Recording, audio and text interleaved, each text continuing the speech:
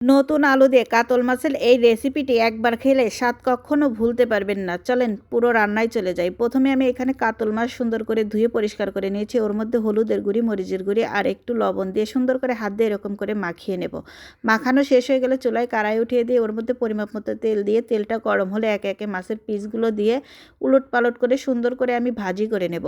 আর এই মাছটা ভাজি হয়ে গেলে আমি নামিয়ে নেব। দেখতেই পাচ্ছেন মাছগুলো সুন্দর করে ভাজি হয়ে গেছে। আমি একটা প্লেটে সুন্দর করে নামিয়ে নেব। এই কড়াইয়ের মধ্যে আমি গোটা জিরে দিয়ে দেব আর তেজপাতা, কিছু পরিমাণ পেঁয়াজ দিয়ে একটু আলতো করে নাড়াচাড়া করে ওর মধ্যেই দিয়ে দেব আলু। আর এইখানে বেগুনি ভাজি করার পর অর্ধেক বেগুন ছিল ওটাও দিয়ে দিয়েছি। আর এখানে দিয়েছি কাঁচামরিচ, লবণ আর দিয়েছি আদা রসুন বাটা, দিয়েছি মরিচের গুঁড়ি, ধনিয়া গুঁড়ি আর হলুদের গুঁড়ি। এবার সুন্দর করে সকল মশলাগুলো দিয়ে আলুগুলো আমি ভালো করে নাড়াচাড়া করে কষিয়ে নেব। তো আলুগুলো আমি বারবার নাড়াচাড়া করে এরকম করে কষিয়ে নেব। কাতল মাছ তো বিভিন্নভাবেই রান্না করে খেয়েছেন, তবে নতুন আলু দিয়ে এরকম করে একবার রান্না করে খাবেন, দেখবেন অনেক মজা লাগে। তো আমি আপনাদের সাথে কথা বলতে বলতে কিন্তু আলুগুলো বারবার নাড়াচাড়া করে একটু কষিয়ে নেব। আবার একটু ঢাকনা দিয়ে ঢেকে ঢাকনাটা উঠিয়ে এভাবে আমি ভালো করে কিছু টাইম একটু কষিয়ে নেব। কষানো শেষ হয়ে গেলে আমি পরিমাপ মতো এখানে পানি দেব। আর কষানো দেখতে কতটা লোভনীয় লাগছে, খেতেও মাশাআল্লাহ অনেক মজা হবে।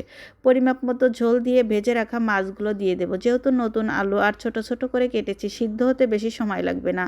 আর মাছের টুকরাগুলো একটু বড় ছিল, তো আলুর সাথে আমি মাছগুলো দিয়েই রান্না কমপ্লিট করে নেব। তো দিয়ে ঢাকনা দিয়ে ঢেকে তরকারি যখন বলক আসবে একটু নাড়াচাড়া করে বারবার মিশিয়ে দেব।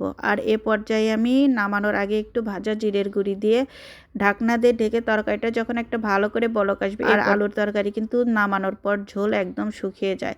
তো একটু ঝোল ঝোল রেখেছিলাম আর আরেকটু নামানোর আগে ধনিয়া পাতা দিলাম। আর ধনিয়ার পাতার ফ্লেভারটা আমার কাছে ভীষণ পছন্দ।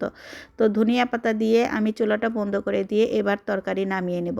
আর এই তরকারি দেখতে যতটা লোভনীয় লাগে, খেতেও কিন্তু অনেক মজা লাগে। কাতল মাছের এই রেসিপিটি বাসায় একবার হলেও ট্রাই করে দেখবেন, আশা করি ভালো লাগবে। তো আজকের রেসিপিটি কেমন লাগলো অবশ্যই কমেন্টে জানাবেন। ভালো লাগলে লাইক, কমেন্ট, শেয়ার দিয়ে পাশেই থাকবেন।